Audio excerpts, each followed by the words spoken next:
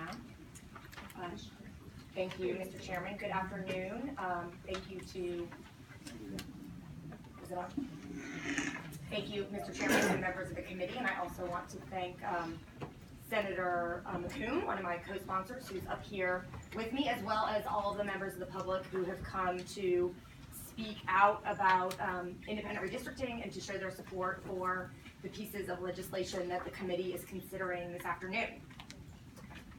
These resolutions and the ideas contained in them can make our democracy work better, bring more people into the process, and make government better reflect the people that it seeks to govern. As it occurs now, redistricting is often used to amplify partisan advantage and to punish those seen as a threat to the current order, instead of to draw districts to produce representation that reflects the views of the people. When we do draw districts in this way, we undermine democracy. In Georgia, 81% of our state's legislative seats were uncontested in the general election in 2016. That's the highest percentage in the nation. We have at most 10 swing districts out of 236 in the General Assembly. No congressional seat in our state is truly competitive. The net effect encourages representatives to be responsive to the small, very partisan groups that are important in primaries, and to ignore the bulk of the district that votes only in the general election. This is rational behavior on the part of all of us elected officials, but it does lead to policy decisions that are unrepresentative of the views of the public that we claim to represent. It's not just that the system tends to select overly partisan representatives, it is also that representatives don't have a choice but to be overly partisan or risk losing in the primary. Disturbingly, uncompetitive districts also lead to a lack of participation in the democratic process. Many of those in the center remain on the edges of the political playing field, relatively distant and disengaged, while the most ideologically oriented and politically rancorous Americans make their voices heard through greater participation in every stage of the political process.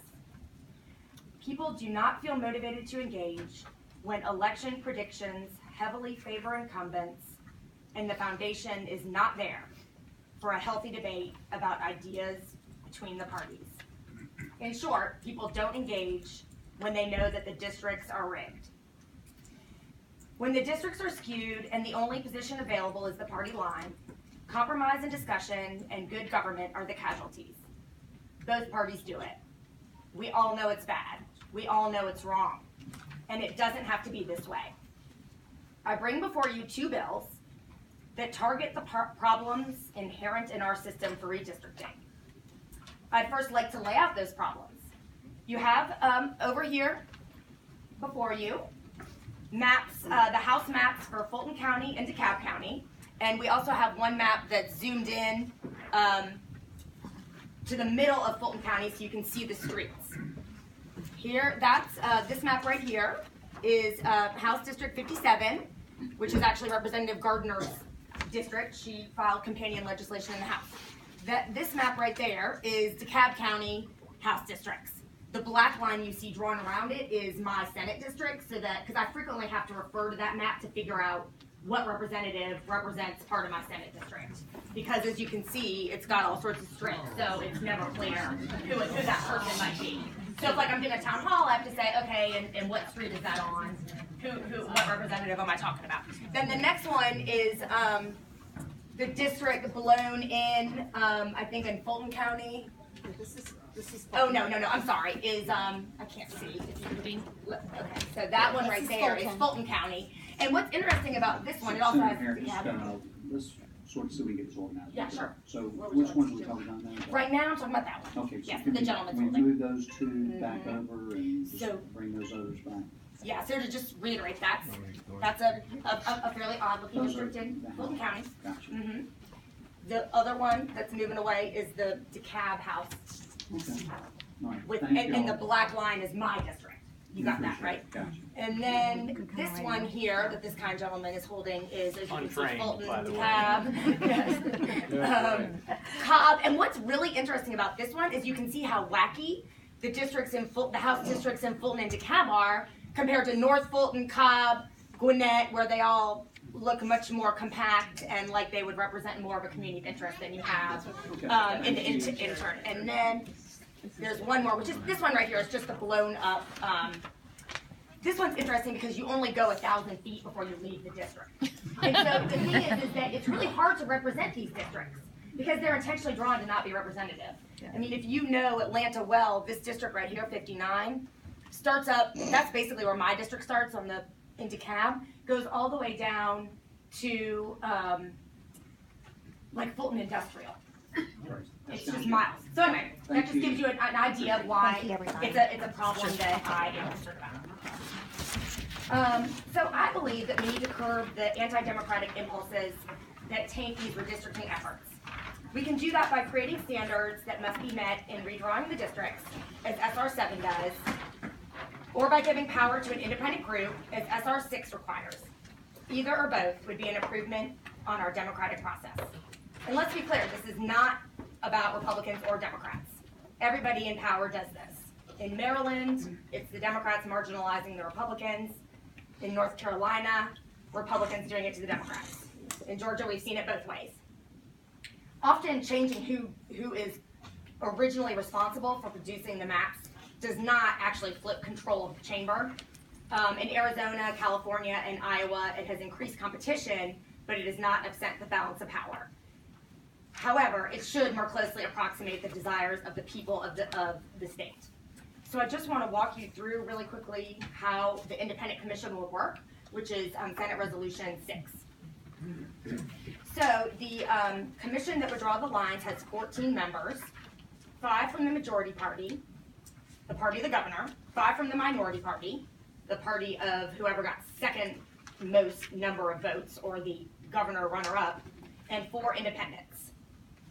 The method for selecting them, the commissioners, has a few steps involved, but it is one that has been shown in Arizona, California, and other states to be effective. So if you're on page 2, on line 51, you can see how the commissioners would be chosen. So the Supreme Court would call for nominations. They would announce the ability to serve on the commission far and wide, and then everyday Georgians could nominate themselves to serve. The Chief Justice of the Supreme Court would name a review panel of retired judges to winnow those who are nominated down to 20 of the best applicants. And factors they would look at are things like the relevant analytical skills, ability to be impartial, and appreciation of the diverse demographics and geography of Georgia. And then there would be the subpools, Democrats, Republicans, and independents. And those 20 people in each subgroup would be submitted to the General Assembly, and there would be strikes that the Senate majority and minority and the House majority and minority can make. So they can each strike 2 people, which leaves you 8 people in the pool. And from those groups, the Chief Justice of the Supreme Court would randomly select 3 Republicans, 3 Democrats, and 2 independents. And then those commissioners would choose 2 more members from each subgroup to form the total of 14 commissioners total. And how do we sort of look at who's going to fall into what subgroup?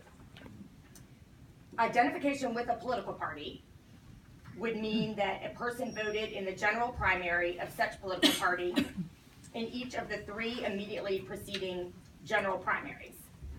Not being identified with a political party shall mean that the person did not vote exclusively in the general primary of a party in the 3 preceding primaries.